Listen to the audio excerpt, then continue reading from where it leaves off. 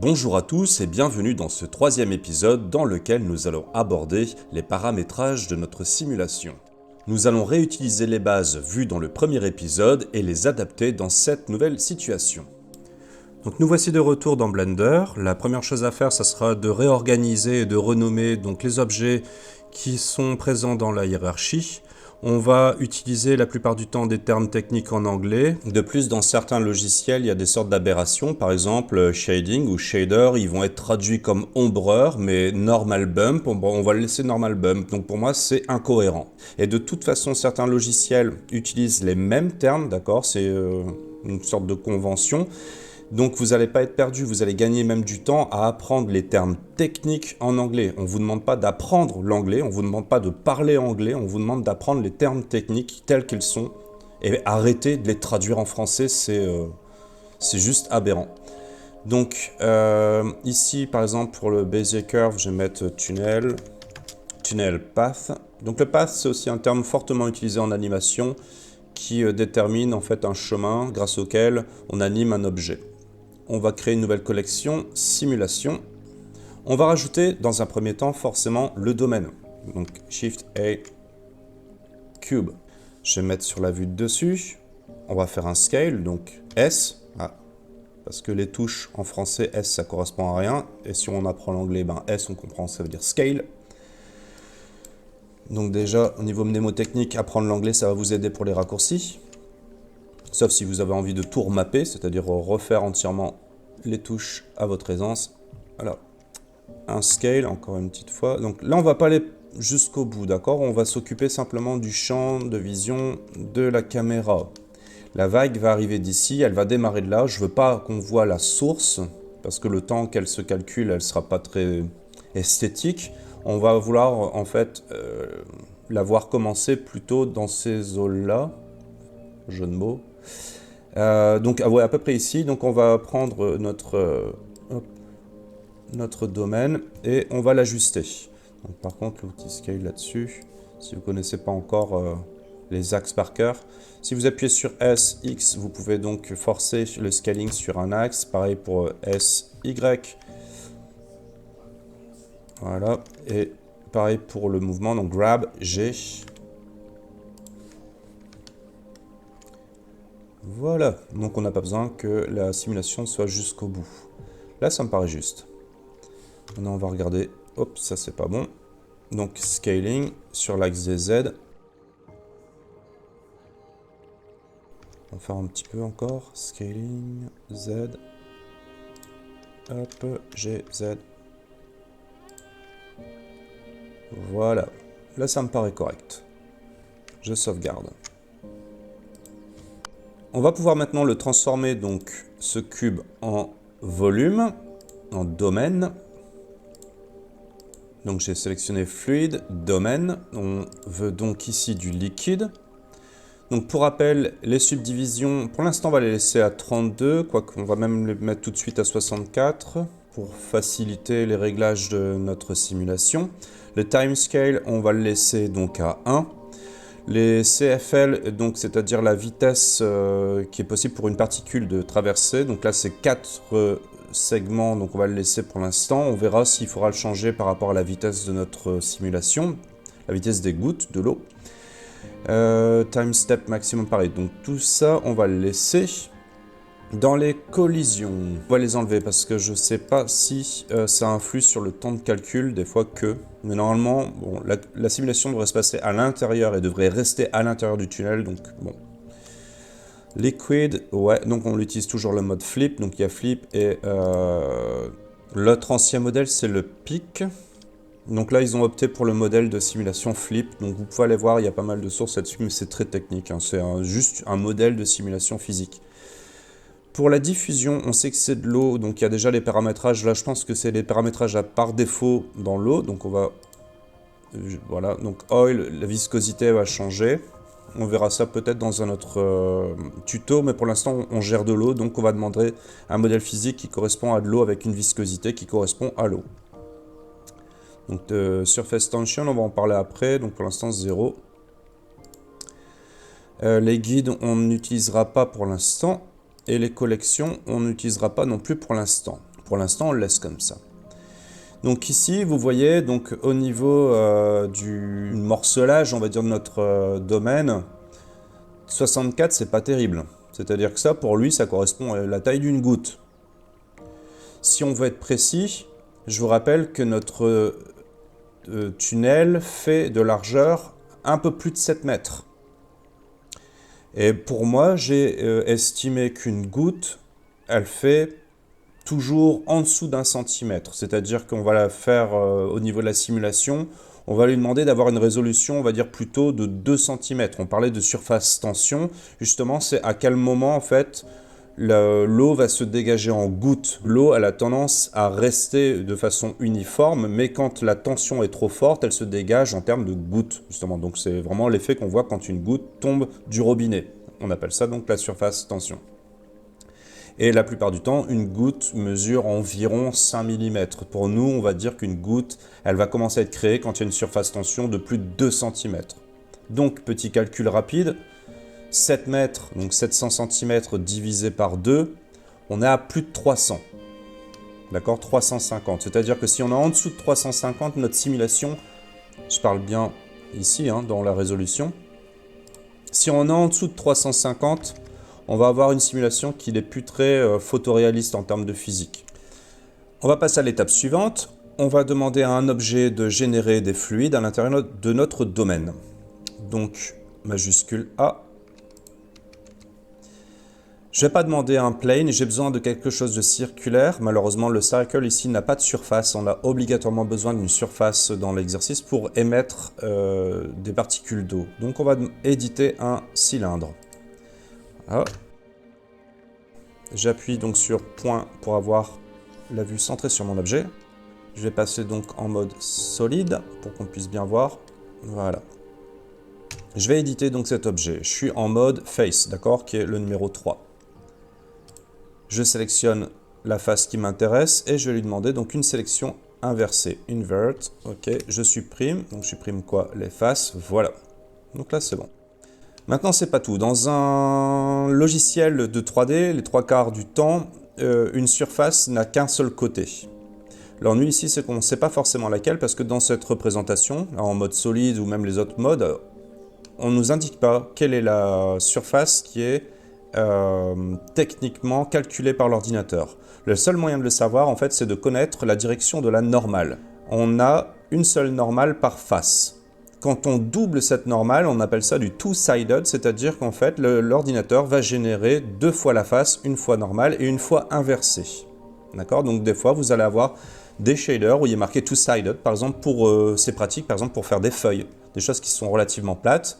Et l'ordinateur va calculer des deux côtés, la feuille va être visible.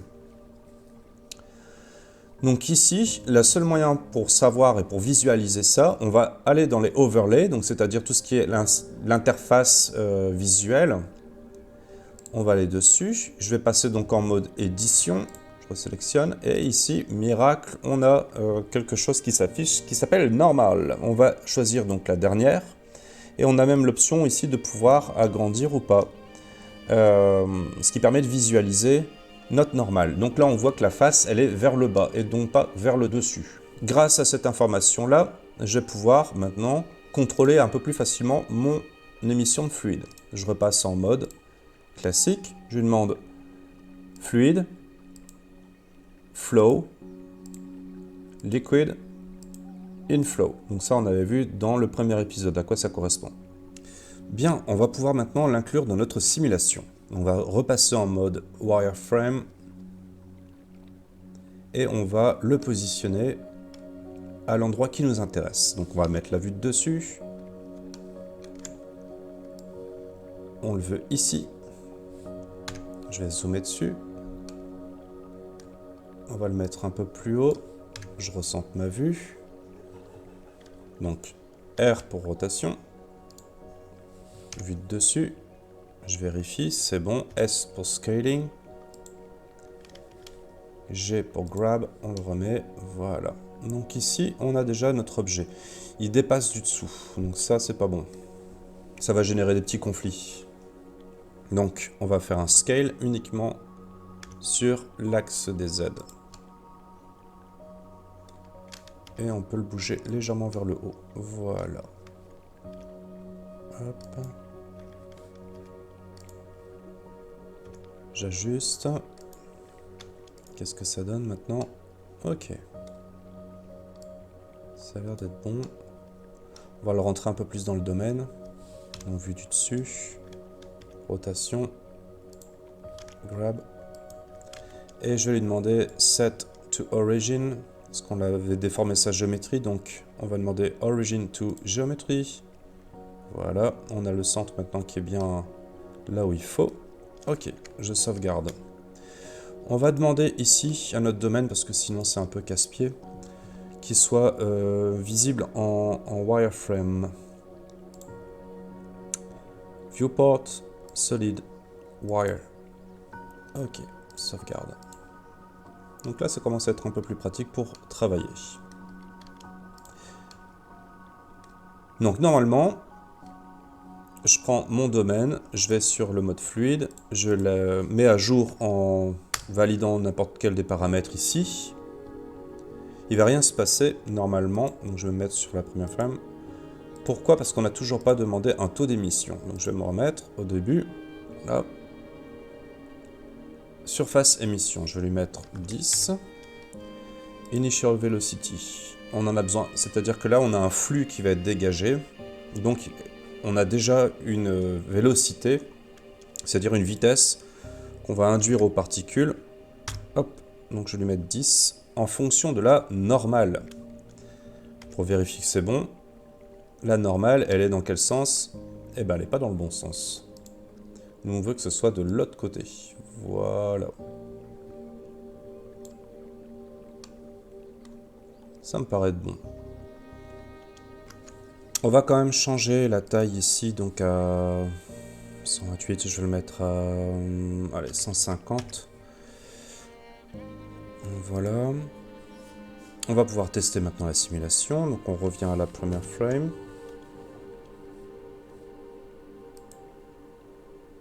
Ok. Donc là, ce qui se passe, on a bien un jet qui est émis.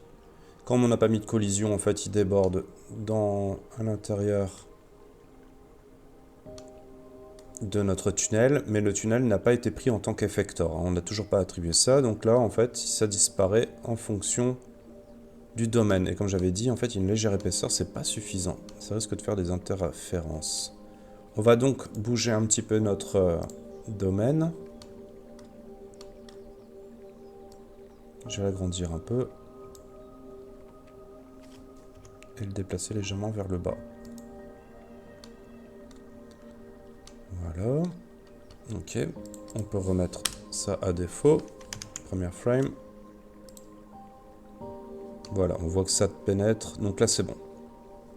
Moi, je ne vais pas avoir d'interaction non désirée. Ok.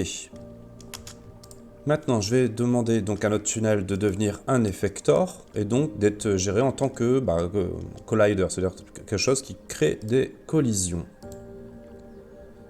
Donc thickness, étant donné qu'ici, vous l'avez compris, on a fait juste un plan, comme je vais expliquer avec les normales, c'est que pour lui, en fait, ça n'a pas vraiment d'épaisseur, d'accord? Il y a juste d'un côté une face, de l'autre côté, c'est rien du tout. On va lui donner donc une épaisseur, thickness en anglais, de 1. Et on va voir maintenant ce qui se passe. Donc, sauvegarde. Je reviens à ma première frame. Je resélectionne mon domaine, parce qu'on vient de le mettre à jour. Hop, 150, je rappuie dessus, OK. Et on laisse. Voilà.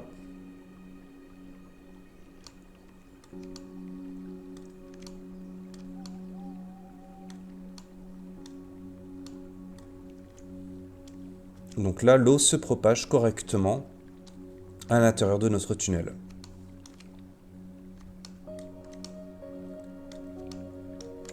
On va peut-être calibrer maintenant un peu plus correctement. Alors 10 mètres par seconde, ça fait beaucoup. On va lui demander plutôt 5 mètres par seconde et on va mettre un taux d'émission un peu plus élevé de 5 aussi. On sauvegarde, on revient au début. Comme d'habitude, je prends mon domaine, je le mets à jour. Et cette fois-ci, je vais lui demander une résolution de 256. Alors c'est par habitude, hein, je mets toujours 64, 128, 256, 512, 1024, ainsi de suite. Donc là, hop, on revient au tout début.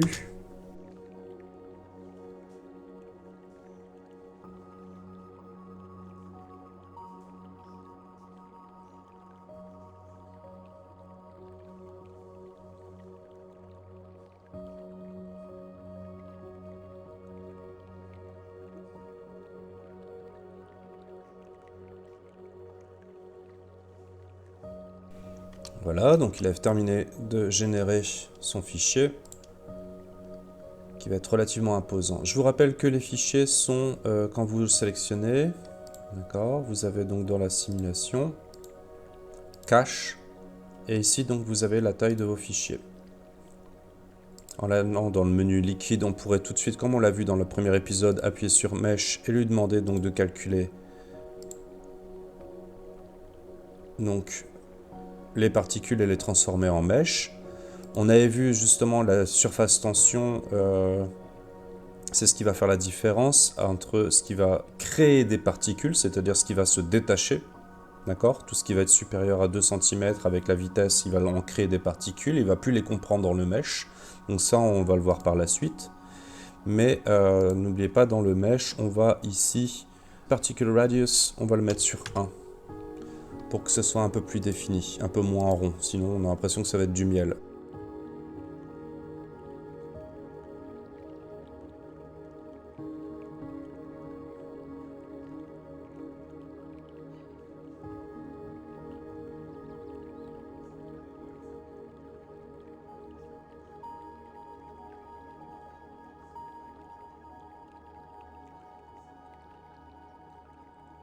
Voilà, donc on a vu que la simulation s'est bien passée.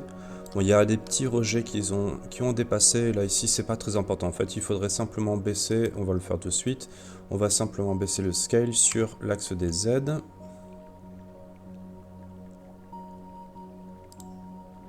On va lui demander par contre set origin to geometry. Voilà, scale. Sera un peu mieux. Il nous faut quand même de la surface pour pouvoir émettre suffisamment de fluide, mais il ne faut pas non plus que ça déborde. Donc grab, hop, scale, scale Z, hop.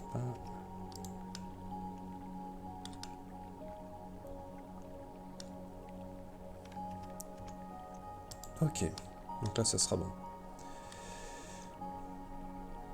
Donc ce qui est un peu ennuyeux en fait, c'est que le fluide ici ne rencontre aucun obstacle. Et je vous ai mis en description un fichier avec une voiture que j'ai trouvé sans royalties, voilà, elle est gratuite.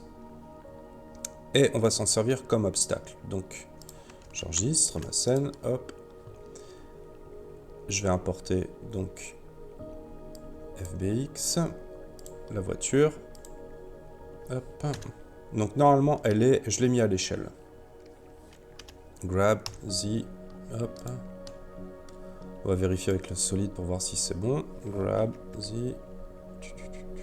Donc maintenant ce qu'on va faire, c'est simplement créer donc un collider, comme dans les jeux vidéo. C'est-à-dire en gros, on va détourer en volume la voiture, afin de soulager le programme de simulation et ne pas lui soumettre en fait justement trop de détails, d'accord? Si on commence à mettre la carrosserie plus les pneus plus le moteur et ainsi de suite, l'ordinateur va prendre en compte la structure de la voiture et ça sera beaucoup trop lourd et surtout inutile.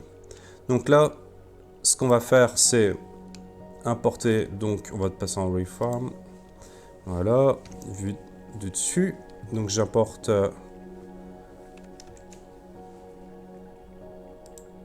un cube, voilà, qu'on va redimensionner, donc avec l'outil scale, donc SY, voilà. On va maintenant donc l'éditer, avec l'outil loop cut, on va essayer donc de rajouter justement un peu plus de détails. Pas besoin d'en mettre des tonnes. On va passer sur la vue de côté. Edit Object. Et on va resituer donc tout ça en faisant attention de respecter la forme globale de la voiture. Alors on n'est pas au millimètre près, mais le but c'est d'avoir quand même une forme qui coïncide plus ou moins avec celle de la carrosserie. Voilà.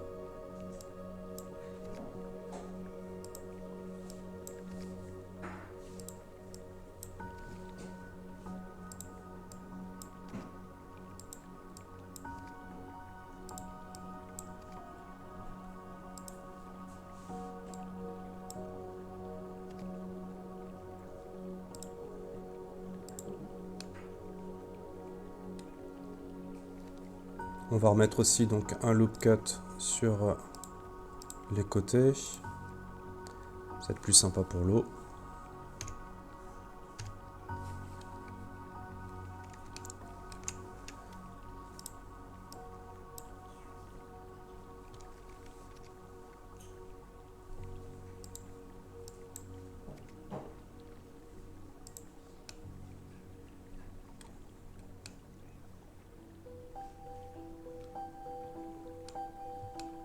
Donc comme j'expliquais, c'est le même principe que dans les jeux vidéo, c'est-à-dire en gros on va faire une cage de collision tout autour.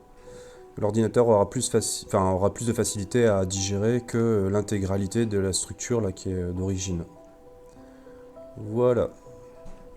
Donc une fois que ça c'est fait, on leur demande simplement ici, donc je vais l'appeler collision.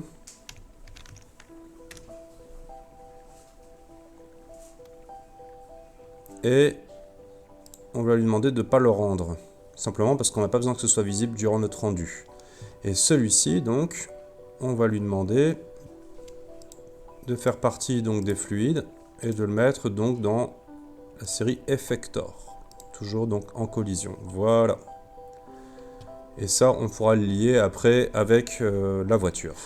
Donc là, le collider est fait. Donc on va maintenant s'assurer que l'origine de la géométrie est bien là où il faut. Donc Origin to Geometry. Et on va appliquer toutes les transformations avec un All Transform, afin de pouvoir déplacer les deux en même temps. On va donc centrer maintenant notre véhicule à un endroit propice pour que ce soit efficace.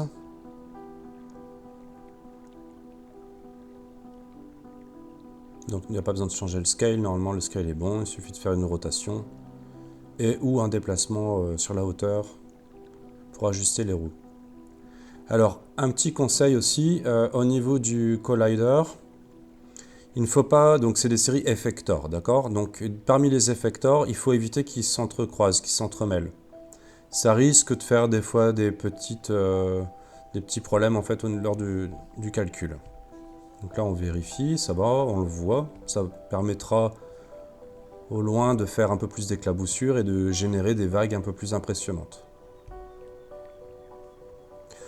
Donc maintenant on va pouvoir faire la simulation finale. Donc on va enclencher donc le spray pour obtenir donc les particules et les informations qui vont nous servir par la suite, le mesh forcément. On fait en sorte aussi qu'on puisse donc reprendre la calculation donc avec is resumable. Il faut s'assurer aussi que le effector soit bien encore sur le tunnel et bien sûr rajouter un effector sur le collider, c'est-à-dire la boîte qui a été créée à cet effet, d'accord, tout autour de la voiture. Donc pour être sûr, j'ai mis aussi un léger thickness donc de 0,01 sur la voiture pour lui donner un peu plus d'épaisseur et être sûr que justement les collisions se passent au mieux. Voilà, il n'y a plus qu'à lancer le calcul et voilà, c'est fait. J'espère que le format vous plaît. Si vous avez des questions, n'hésitez pas à les poser dans la section commentaires. En attendant, je vous retrouve pour le prochain épisode. Ciao, portez-vous bien.